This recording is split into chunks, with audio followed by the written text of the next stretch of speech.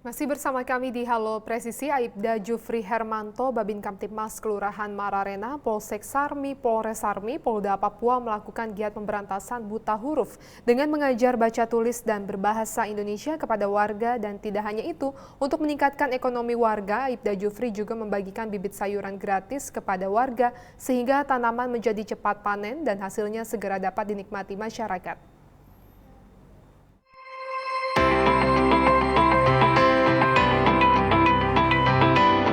Bermula dari penyelesaian problem solving warga yang bertikai hingga akhirnya dapat didamaikan, Aibda Jufri Hermanto, Babin Kamtibmas Kelurahan Mararena, Polsek Sarmi, Polres Sarmi, Polda Papua, lantas melakukan giat pemberantasan buta huruf dengan mengajar baca tulis serta bahasa Indonesia untuk anak-anak dan remaja Papua.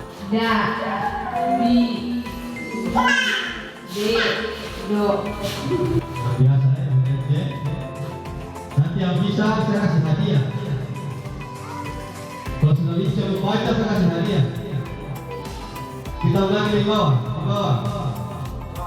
Fa, mi, fu, fe,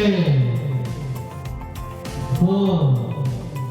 Giat ini dilakukan sebagai salah satu langkah untuk menjaga Kamtibmas karena warga lokal dan pendatang yang tadinya saling bertengkar dan sempat sulit didamaikan dapat saling berjabat tangan. Kesalahpahaman ini disebabkan karena warga lokal tidak bisa berbahasa Indonesia dengan baik. Dengan penerjemah dari perangkat desa setempat, bersama Aibda Jufri Hermanto, akhirnya persoalan kesalahpahaman dapat terselesaikan. Dengan adanya berbagai kasus kesalahpahaman inilah, akhirnya Aibda Jufri Hermanto mengajarkan baca tulis dan berbahasa Indonesia yang baik kepada remaja dan anak-anak. Dalam melakukan proses pembelajaran, Aibda Jufri memanfaatkan asrama pelajar untuk mengajar baca tulis dan berbahasa Indonesia. Bagi para remaja dan anak-anak yang telah bisa membaca, Aibda Jufri membagikan buku cerita gratis untuk mengasah kemampuan membaca mereka. Tidak hanya anak-anak dan remaja, warga yang belum bisa membaca dan menulis juga berduyun-duyun ke asrama pelajar untuk belajar. Mereka mempunyai semangat tinggi dalam menuntut ilmu agar mengerti perhitungan dan baca tulis yang sangat bermanfaat jika melakukan aktivitas perdagangan di pasar tradisional.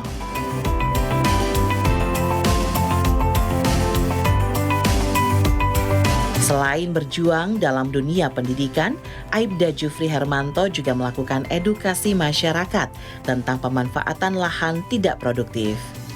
Setelah lahan siap untuk ditanam, Aibda Jufri memberikan bibit sayuran gratis kepada warga.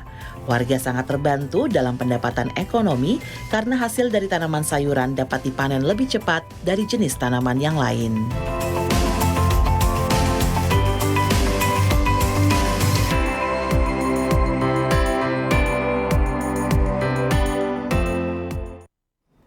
Di tengah upaya untuk membangkitkan kembali sektor manufaktur di Amerika, pemerintah Joe Biden berupaya mengembalikan produksi ke dalam negeri. Tapi Amerika Serikat juga berusaha untuk menyeimbangkan pengaruh lewat sejumlah perjanjian perdagangan di kawasan strategis, termasuk selama KTT APEC di San Francisco, California. Selengkapnya dalam liputan VOA berikut ini. Dari pabrik semikonduktor di Arizona, Ohio, dan New York, panel surya di Georgia, hingga pembuat kincir angin di Colorado, mesin-mesin pabrik di Amerika kembali bekerja. Well, we are in what we call a manufacturing super cycle. Industrial real estate investment is up by 30% this year. I've talked to a couple of developers and actually spoke at a big conference last week where the industrial development community is all excited. Menurut pengamat, formula keberhasilan ini adalah miliaran dolar insentif yang dikucurkan pemerintah Presiden Joe Biden serta tarif dan pembatasan perdagangan yang diberlakukan pemerintah Presiden sebelumnya, Donald Trump. We have to recognize that the Trump administration passed a new NAFTA that incentivized more production in the United States, and they imposed tariffs on China that disincentivized imports of auto parts and autos from China. Tak sedikit kebijakan pemerintahan Donald Trump yang dipertahankan Biden, termasuk larangan ekspor teknologi AS ke perusahaan Tiongkok seperti Huawei. Kedua presiden ini pun mendukung kombinasi subsidi dan larangan perdagangan guna melindungi pekerja dan inovasi dari AS. Meski mendorong produksi domestik, pemerintah Biden meluncurkan inisiatif perdagangan dengan sejumlah kawasan, salah satunya adalah Indo-Pacific Economic Framework atau IPEF yang menyasar negara anggota APEC.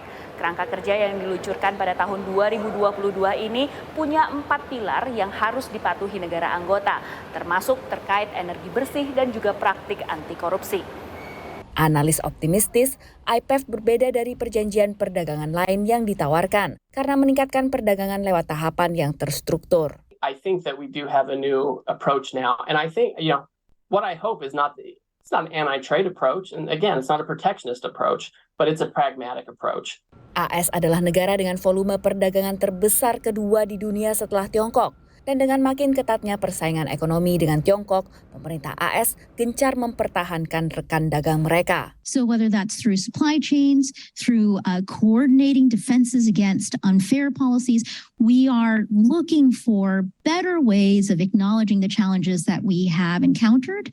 Upaya ini yang juga akan dilakukan AS selama KTT APEC yang berlangsung di San Francisco, California, di mana 21 anggota ekonomi Asia Pasifik termasuk Tiongkok untuk membahas perjanjian perdagangan bebas dalam berbagai bidang. Dari San Francisco, California, Virginia Gunawan dan tim VOA. Informasi tadi sekaligus menutup jumpa kita di Halo Presisi hari ini. Saksikan terus tayangan Polri TV melalui website tvradio.polri.go.id dan YouTube TV Radio Polri, serta channel siaran digital terestrial 34 UHF. Saya Ibda Almira Sabira, terima kasih atas perhatian Anda. Salam Presisi.